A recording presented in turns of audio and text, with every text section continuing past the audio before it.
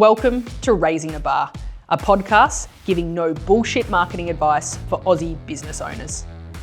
Expertise takes experience, and that's why we tell stories from lived experience to deliver marketing that raises the standard of what Aussie business owners should expect. All right, we are back for another episode of Raising the Bar, episode 6. Exciting. Very exciting.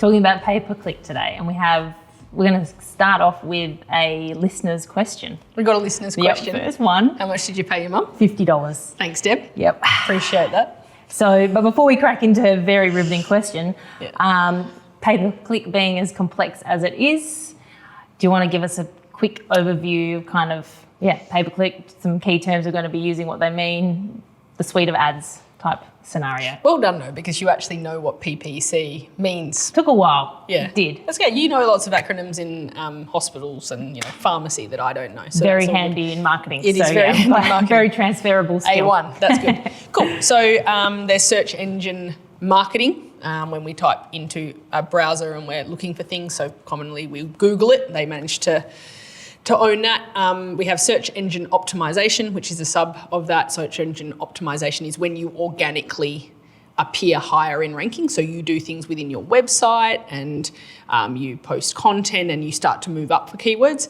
And search engine advertising is when you pay to be in a position, but you pay when it is clicked, hence the term pay-per-click. So that is Google ads, obviously, but Bing ads, those types of tools. So we're sitting just simply in that realm at this point. And I guess there are some other distinctions. There's Google Shopping, which is obviously someone paying to click on the actual product that they see up there. And there's a few other suites in there, but today we're pretty much just talking about search paid advertising. So being up the top of the sponsored adverts for a Google search or a Bing search. So they've got that little sponsored. Yeah, I mean, and listen, Google's playing a lot with that at the moment. At the moment, the AI overview is showing very first on things, which is interesting, and then it's moving to sponsored. But, Google's probably scrambling at this point in time to make sure they retain sort of search. We obviously are seeing people move to the search within their OpenAI or within their bots as well. So Google is changing. It used to be a very strict rule. There's 2 ads above any organic content and there's this many ads below, but we just see it changing a fair bit now, and we sort of seem to find out after it's released. As much as Google would love to make sure we're up to date with everything, I think they're probably scrambling a bit themselves. All right. Okay, good overview. You ready for the question? Yeah, thanks, Deb. Who actually asked the question? It was Tommy. He didn't say what company he was from though, did he? No. Little prick. Now I can't follow him up. Sorry, Tommy. Sorry, Tommy. Okay, Mel, I'm feeling frustrated and questioning our current approach. My agency keeps claiming conversions for searches that are just for my company name. I'm paying $10 a click and my last month's ad spend was $1,200. What are your thoughts? Cool. He said he was... that was for people paying to search for his name, right? So, his business name. So company name was the key term. Yeah, okay. So that's branded search terms. And they have always been a favourite topic of mine. In fact, I think it was back in sort of 2000 and our head of PPC, head of digital, will recall me always losing my mind over this question. So branded search is when you are paying for someone to Google your name. You are showing up in an advert. So for us, it would be, I'm searching 3x2. I have therefore got an advert showing up for 3x2. And then I'm paying for it because if I'm clicking on it and I'm going through, right? And to be honest, far too much money is spent on this. So Tommy's got a really, really fair concern. It does sort of depend on a few things. Like if I knew his business name, I could say whether I think he should do it or not. Because there's 2 rules I have. Branded search is a trap that business owners fall into because it makes digital agencies look great because it's a conversion, right? But it's a conversion for your own name. Okay, so now you're with me. So there's 2 reasons we would do a branded advertising or search advertising. One is that you have a really common name. So if I was just thinking like Plumbers, if your name was actually Plumbers Perth, that's going to be problematic because everyone's bidding on Plumbers Perth. Sometimes people pick a name that's a really famous name in another area, So another example of that is like if you go and call your business Nexia and you manage to get away with it, well, there's lots of Nexias. Nexia actually has a meaning behind it. So if you just Google Nexia, it's going to have different things that come up. So if you've got a really common name that you need to distinguish yourself out of, then that's one reason you might choose to do branded advertising, right? Yep. The other one is if your competitors are bidding on your name. And that actually happens pretty frequently with us, but a lot of our clients. Superfit seat covers is an example of that. They're the leader in market. They spend a lot on their mass marketing. And so then, well, they don't spend a lot, but there are lots of shows and they are the leading product in market for safety, right? So they have a lot of competitors bidding on their name. So someone types Superfit, boom, the competitor car seat cover pops up. Even then, I'm often sceptical. And the reason I'm sceptical is if I'm looking for something and I search the name and then I end up on a website that isn't that thing, I actually get annoyed as a consumer. But it turns out that's because I might have a slightly higher, ability to circumnavigate the web than others. So actually it is quite common that people will click on it and they think that they're getting the customer, even though it's the right company that they've Googled, even though it's totally different. And we know that because we obviously have call recordings of our client inquiries. And, they often think they might have got a diff that, I phoned someone else, they were advertising on your name, and we're like, oh, they are doing it to them, right? Yeah. So they're the two circumstances. Have you got a name that's pretty generic and you don't naturally appear first on Google when it's Googled, and are your competitors bidding on your name and advertising where your name would be for a search term? What are some key markers if someone's bidding on you and how do you know whether you've kind of passed the threshold of not needing to do branded pay-per-click? Kind of what are some key things that show up in search?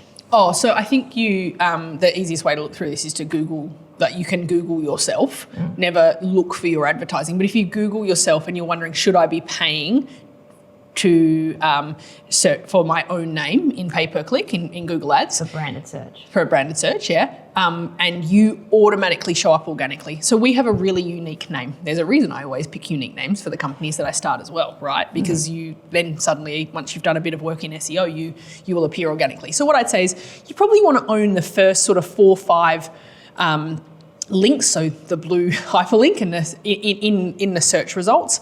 And that can be things like your website. And if you're lucky, you've got your sort of your site maps in there, right? So it might be 3x2, and then it's got contact us and our crew stories and whatever underneath it. You've seen that nicely laid out. Then there might be a LinkedIn profile, and there might be other things you've done. So if you've been in the news or you've had other things, do you own that first reference? Definitely want to own position 1 for your company organically. Where is your Google My Business page in that? So the little one with the map, does that show up? So if you own the top of Google organically anyway, why are you paying to be there? Do not let your digital agency get away with that. Tommy has a really good point there, except I don't know his business name, so I can't tell him. So if you're watching, Tommy, just give me a call. You can probably find my number pretty easily. And do you want to just turn off the ads? Divert the spend elsewhere? What's the... Yeah, you want to look at how the rest of your ads campaign is performing, your Google Ads campaign is performing, and spend the money elsewhere. It's just a massive frustration because you want to be looking, often we're working with really small budgets. As a business owner, sometimes I'll say, I think you're going to need $1,000 a month budget, or you're going to need $1,500. And you can see that it's hard, it's money, it's their money. Well, if $500 of that, or $1,200 in Tommy's case, is being spent on something I don't think he necessarily needs, I don't know that yet, by the way, then divert that money to actual key term searches.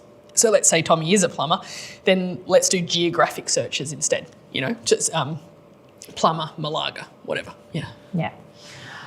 Let's move on to key term searches. Moving away from branded. Yeah. And this happens all the time when we have business owners that are having ads running for certain key terms, and they jump on and they look it up and they don't see themselves. What's your take on that? Can you explain that? Because that's a very common thing that happens, and there's a lot of stress and anxiety that comes from business owner when they don't see themselves. We get those phone calls through. I wish I could actually just record a video and send it to them, but instead we go out and we sit with them and then we explain it. Or do a podcast. Go. Yeah. Okay, so this is different to branded, right? This is like I am Pete from Superfit, and when I Google car seat covers Perth or whatever, I want to. Why is my ad not showing up? It's a really bad idea because you are never going to show up at the top of Google all of the time, or you would be spending so much budget. A great agency is going to make sure that the algorithm, it's not the algorithm, but your bidding strategy is actually working to maximise when. So, for example, the things we consider in bidding strategies is what times of day do you actually get the most leads? When do you have them? So, if you're just a business owner sitting there in the afternoon and you go to search your name, but we've noticed, hey, most of your high intent leads actually come first thing in the morning and then people switch off. We will probably divert more budget to that period of time. You don't necessarily know.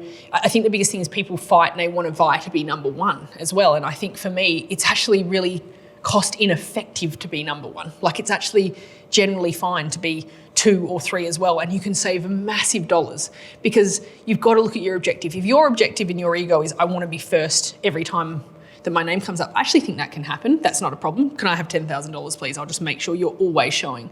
But what we should actually be getting asked for is, I want to get the highest marketing qualified leads for the least amount of spend on Google. And for that reason, you're not always going to be showing up.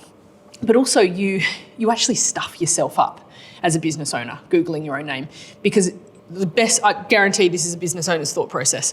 Google my ads there. Oh, I don't want to click on it because I don't want to pay, right? But when you don't click, one of Google's core algorithms is, does the advert get clicked on?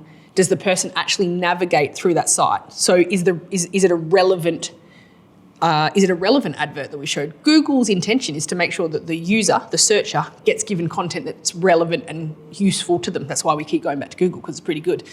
Welcome ChatGPT to the world.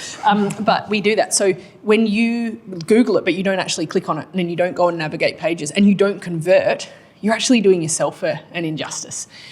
So ask if you're wanting it for ego or not, and actually just look at what true measurement is. Of course you can show number one, and of course you can show all the time. You're just going to pay for it. Yeah. So, but it not coming up, if you search and it doesn't come up, it doesn't mean it's not right. It actually probably means that you're getting a highly effective strategy to make it happen, because why would you want to market to yourself necessarily, as a key point? But also, it's just the wrong thing to be looking at. So yeah, it's not a bad thing. In fact, it is to not be showing up. In fact, it probably means it's being well managed and the bidding strategy and the actual keyword strategy is correct. Well, the keyword's the keyword, actually, that doesn't matter, but the bidding strategy is correct and it's being looked at. And it probably means that you definitely should be looking at other measures. I guess that's good kind of pivot to how do you tell if your Google ads are actually working? Yeah. What are the good things? What are the things that business owners should be focusing on to review it? I'll get to what they're focusing on, but I think it's, first of all, like most people that we'll go and speak to, they're confused by things. And I actually just want to bring this right back to, you shouldn't be confused. It's actually really fucking easy. So many are. Yeah. To be unfair, Google ads are just, I think there's so many statistics that are given to answer questions that don't mean anything. And it's all bullshit, right? Yeah. Like, and there are campaigns that are simply to drive traffic to a website. And therefore you're looking at traffic to a website, but that's not anyone that we work with. No, none of our clients I want extra traffic to my website. It's not, of the 100 people we work with every day, it's not them. So what are we looking for?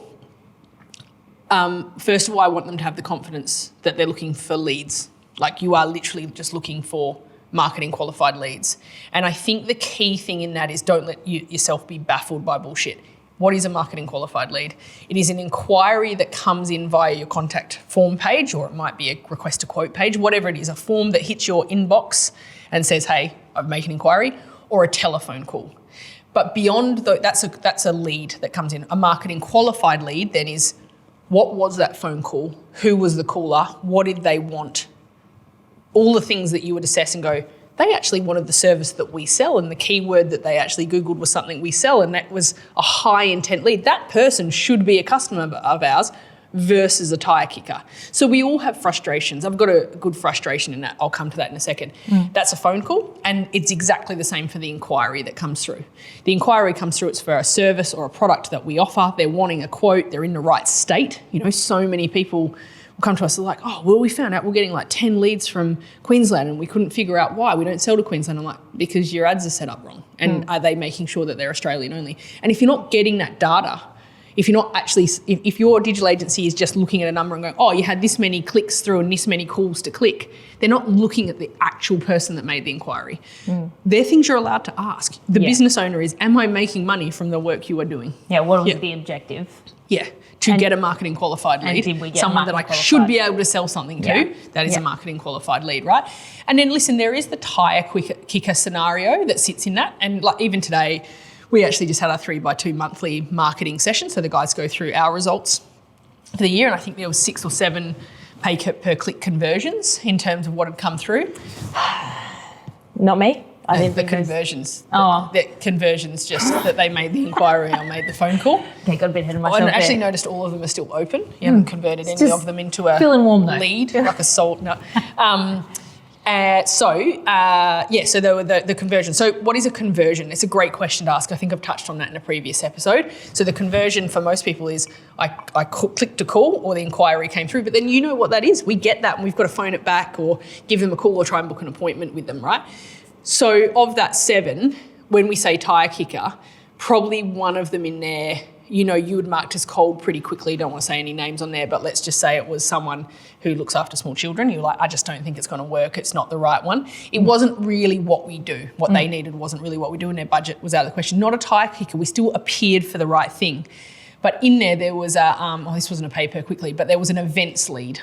And it was an events marketing company, which they were actually wanting to promote a big event in Perth.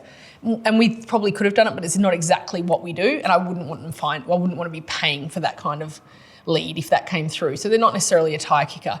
Great example of tire kickers though is that people are looking for a job, but they click on your advert instead. And often, you know, companies, they're trying to sell you something, so they'll look for like IT providers, Perth, because they're a salesperson looking for them, and they click on your bloody ad to cold call you. There's no greater frustration because you've paid for someone to basically cold call you, right? So they're hard to avoid, but we've got to make sure we're not including them in our lead, marketing qualified lead data. We've got to iron out all that shite and literally present, this is what we did that was great work for you, Mr. Business Owner. That's what we've got to do. So, what should I be seeing in a report then? Not just numbers. I think that's the most important thing. You don't just want to see clicks, conversion, cost per acquisition. You don't want to just see those numbers. I would actually be asking for, what is the list of leads that I got? Their name, what they inquired about, you know, and then what channel did it come from? Obviously, we're talking about pay-per-click, so you assume it's from pay-per-click. Who was it? What was it? Who were they? Because I want to give that to my sales team. I want to give that to my quoting team. I want to give that to my estimators and go, hey, did this one close? And in an ideal world, we're matching quote numbers to the actual person, whether we match that by phone number or we match it by email address, and we're going, oh, Mon, you know, called in, she made this inquiry and we actually quoted her $6,000. That's a good marketing qualified lead. And that's happening now. So don't just stand for getting a shitty digital report with just numbers in it. Who were the inquiries? Who were the phone calls? That's what I demand. Yeah, I had one the other day that wanted to, so they were reviewing their pay-per-click, but they came in saying they want to increase their conversion rate or their, you know, how. Yeah. And they, but so they gave numbers in terms of this is how many leads we got in and this is what we converted, but they didn't really have the insight into whether all of those were good leads or were they high intent leads. Because it's just a number they would have been given. Like you had 25 conversions last month, but again, none of those things are getting ironed out. I'll give you a really good example in this in terms of what to look for. Like an example that we can't really solve this, and we've tried a few times. We've got a major branch physiotherapy over on the East Coast. They've got a number of different clinics. Pay per click is their major strategy that we run for them. We run sort of geographical based, so physiotherapist suburb, best physiotherapist suburb, you know, back pain physiotherapist, whatever. We do really good work for them. There's one thing we can't solve. So in this pay per click number is they're about 10% of their pay per click inquiries that come through we have to isolate every single time because it's an existing client phoning to cancel or to change an appointment. And it drives their centre managers nuts. Luckily, their owner, their CEO, really understands digital and he knows it's something we can't avoid. We can't change consumer behaviour or benchmark. We've tried also. So the best thing for them is text, hey, Mon, you've got a physio appointment tomorrow at this time. Are you still coming? If not, phone this or just reply why, because then you're not going to go look for me and Google it. And we have managed to get it down from a higher number. I think it is sub 10% now. But those things have to be excluded. So actually in their reporting, one of the things it says is, you know, repeat customer. So repeat customer / cancellation / appointment, removing, they're not going to sit. They're not going to sit in a marketing qualified lead. They're not, though we can't avoid them. So you just touched on paying for ads and getting kind of leads come through that aren't leads, which can be super frustrating for people. Really frustrating. What is kind of an okay percentage, or how long does it take for an agency or a marketing business to kind of really tweak and refine and get pay-per-clicks ads to where they need to be? Because I feel like I see a lot of people get annoyed initially. It all comes down to that data you're getting at the end and refining. So even today, one of the things I said is, guys, I want to see the words. So cool, these are the words and the keyword terms and what we converted on. I want to see what we didn't convert on, because there might be things in there. So what do I want to know? I want to know if they Googled something, so they Googled a key term and they saw an advert that made them want to click. They came through to our page, but then they didn't do anything with it. What was the term? Why? Why did they click and they not convert? Is our landing page rubbish? Was the form fill not in the right spot? What was it that made them not do that? And as a business owner, and as an agency, we are trying to make sure that doesn't happen. So you actually want to go through and see your proportions of your click-through rate to actually your inquiry rate and see sort of how that's working. So have you got, there's so many factors, because is it the right key term in the first place that's going to get you high intent leads? Is the ad copy good and intriguing, and does it say the things that make someone want to click? And then does the page that they land on actually give them the information that makes them want to do it? So we have a customer who every one of their competitors lists the pricing. They don't list the pricing. And we know for a fact we lose a lot of customers because they'd go and say, well, this one gives the price and I don't have to bother with getting a quote and getting all that stuff. I know what the price is. And it's something we understand why they want to do it. They're a more expensive product. They want to really push the quality message. So that is our job. If that's the business owner's intention, he knows he's going to lose more because he doesn't have that price there. But when he gets one through, so we said, well, let's just say it out there. We don't quote you up front because it is our belief that quotes are never met. We want to do things with integrity and diligence. So phone us and we will talk you through something and give you a real price for a great outcome. It doesn't exactly say that, but that's what we talk through. And then we have customer stories backing it up. I was worried at the beginning because they didn't list the prices on the website, but in the end, I'm so grateful that I got an accurate quote that I could budget to. Beautiful. That's the stuff we want to be saying. So I guess in answer to your question, what do we need to move? How long should it take? Our digital team would say it's 3 months to get things where they need to be, and we just have to keep getting better. It's just consistently getting better. I think people do think Google Ads is set and forget. It is the least set and forget product we have here, because Google will change the rules.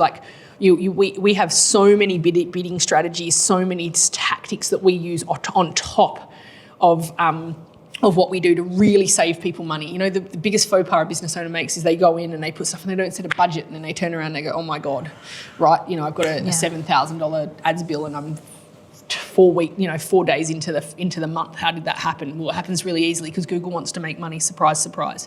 So let's say 3 months to iron things out and get it right. But I think what you could look for is in the reporting, things should be good. You should, in terms of return on investment, and total cost of acquisition. Total cost of acquisition in ads this is how much I paid in total for all of my ads. 5 of them converted and we sold something from it. And your total cost of acquisition then is actually what I made from that divided by the total cost, not just the cost of that advert. And if your digital agency is honest, you've got to add your management fee into that as well, because that's a true calculation for the business owner, if that makes sense. So the total cost of running those ads, what's the proportion of our fee that includes pay-per-click management? What was the total cost of the ads? What was the total cost of what was the total revenue we made out of that activity for that month? Yeah. Just going back to when you were talking about Google trying to make money, we get an insane amount of phone calls from Google. Oh God, I didn't know where you're going with that. Yeah. And because I feel like the first few times I got those phone calls, they said little things that created a bit of fear in me, like slight comments.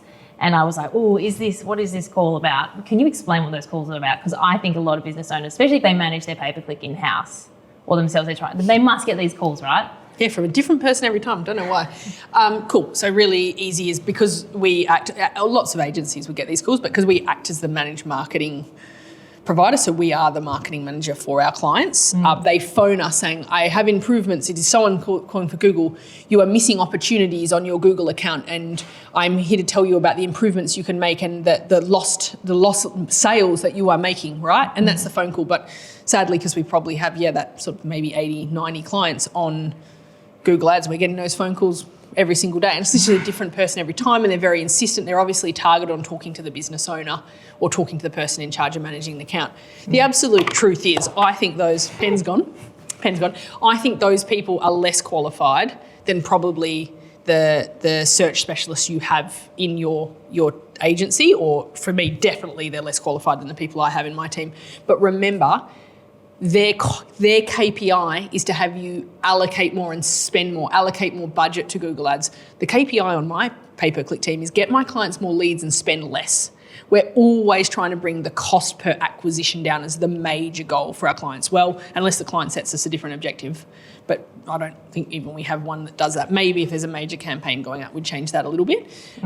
But reducing the cost. So what they'll say is, you're missing these leads.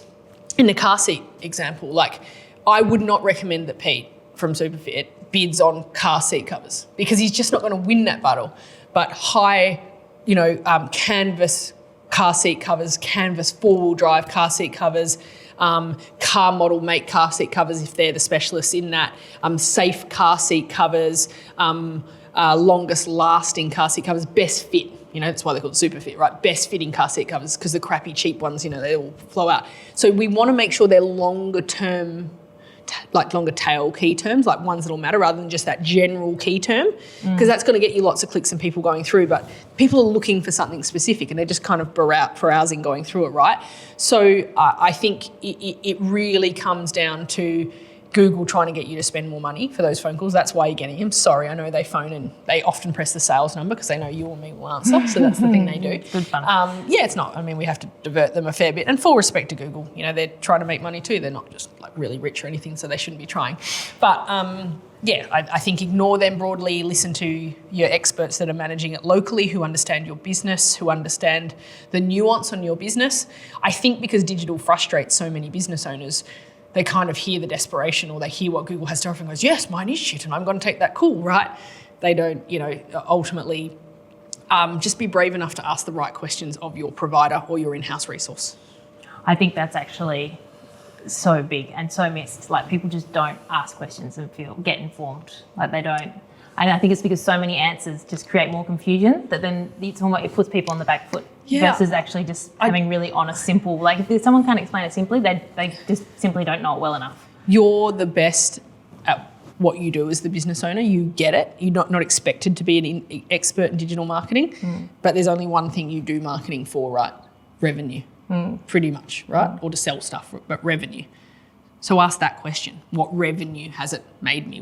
And they should be smart enough. They're marketers. It's what we get taught. Work backwards from revenue. Where did it come from? What did they click on? How did they get there? Yeah, answer this for me, because this is a very common answer I hear other people say. Well, a different agency might say to someone if they're saying, hey, I'm not getting enough revenue off this. It's like, your ad spend is not high enough.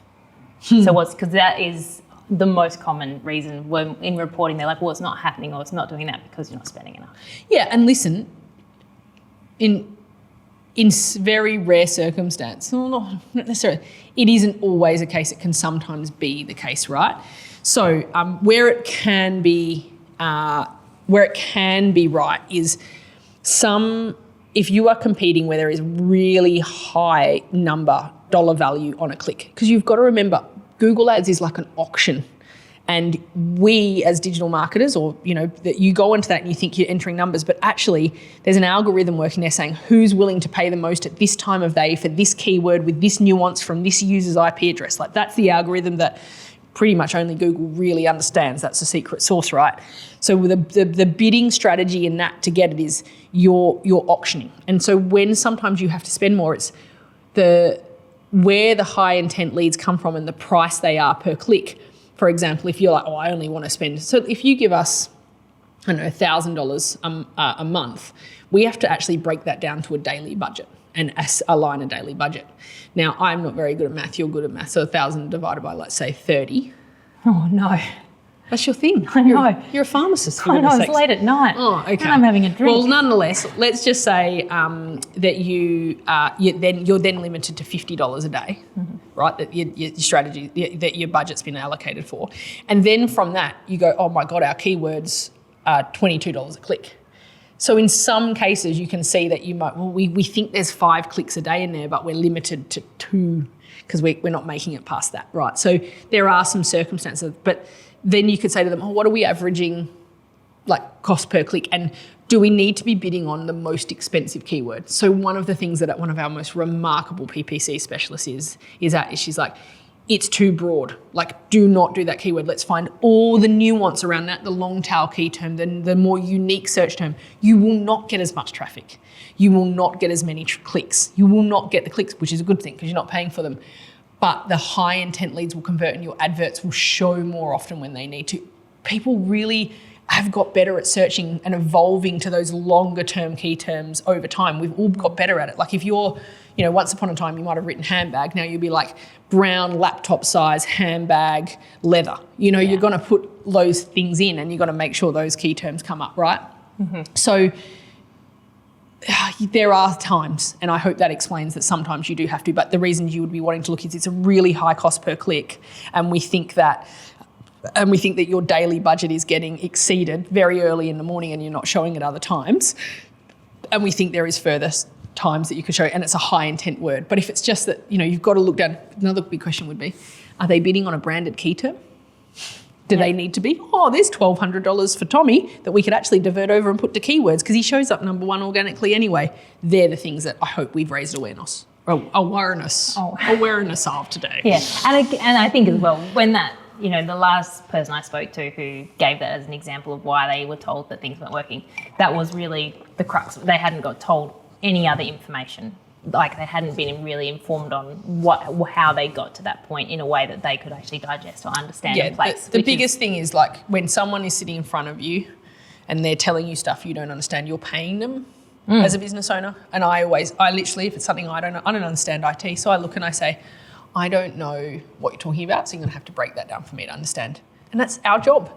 I like when people would say that, like break it down for me to understand, because our job is to take the complex and make it simple for people.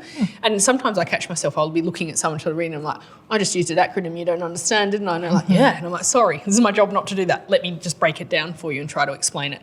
And you're trying to sound like you're not schooling, but our job is to make sure you understand. And so what I am saying to a business owner listening or an ops manager managing the marketing that's getting baffled by this stuff, or a marketing manager managing the marketing that's getting baffled by this stuff by an agency is, if you don't understand it, it's not good enough.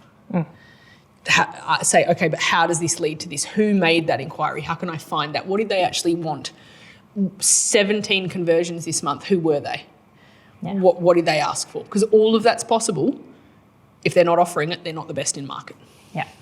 There's plenty more we could talk about when it comes to Google Ads. Yeah.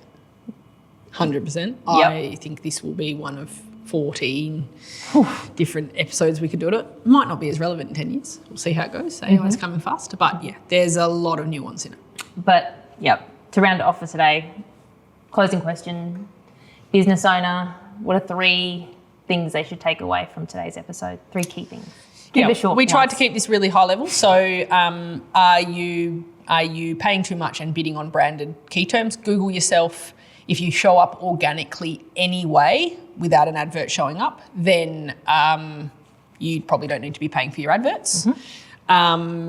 Be really clear about what it is you want. So if you want high intent leads that actually turn into revenue, say that's what I'm after. I don't really care about how many people visit my site. I don't care about how many clicks I get. Those things can be important as lead indicators, but who is it that's making the inquiry?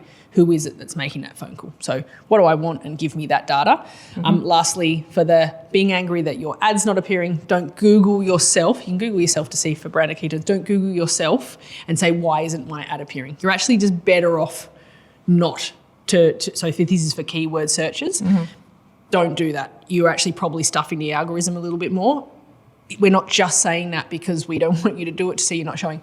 Look at the data. If you're getting leads through but you don't show it exactly the time you Google, it doesn't matter because you're getting the marketing qualified leads through anyway. Drop the ego. You don't need to be number 1. a smart bidding strategy will probably not have you at the number one sponsored position. Two might be much more cost effective. And cost effective means your ads are going to show more throughout the day because you're only paying $3 to be there, not $10 to be there for that click, right? It's an auction site. At the end of the day, you need great auctioneers to make that work for you. That's what great digital agencies do for your pay-per-click. Perfect. Thank you. Have you got smarter from today? I'm already really smart, so no need to move. Questionable, but okay, we'll let it be. I feel like I always learn things with pay-per-click. Yeah. It's... You could send this to your clients instead of having me phone them now. Yeah, maybe. No, I'll just give me a call. Okay, easy All done. right. Thanks, mate. Back to the cricket? Yes. Okay. Bring on the Ashes.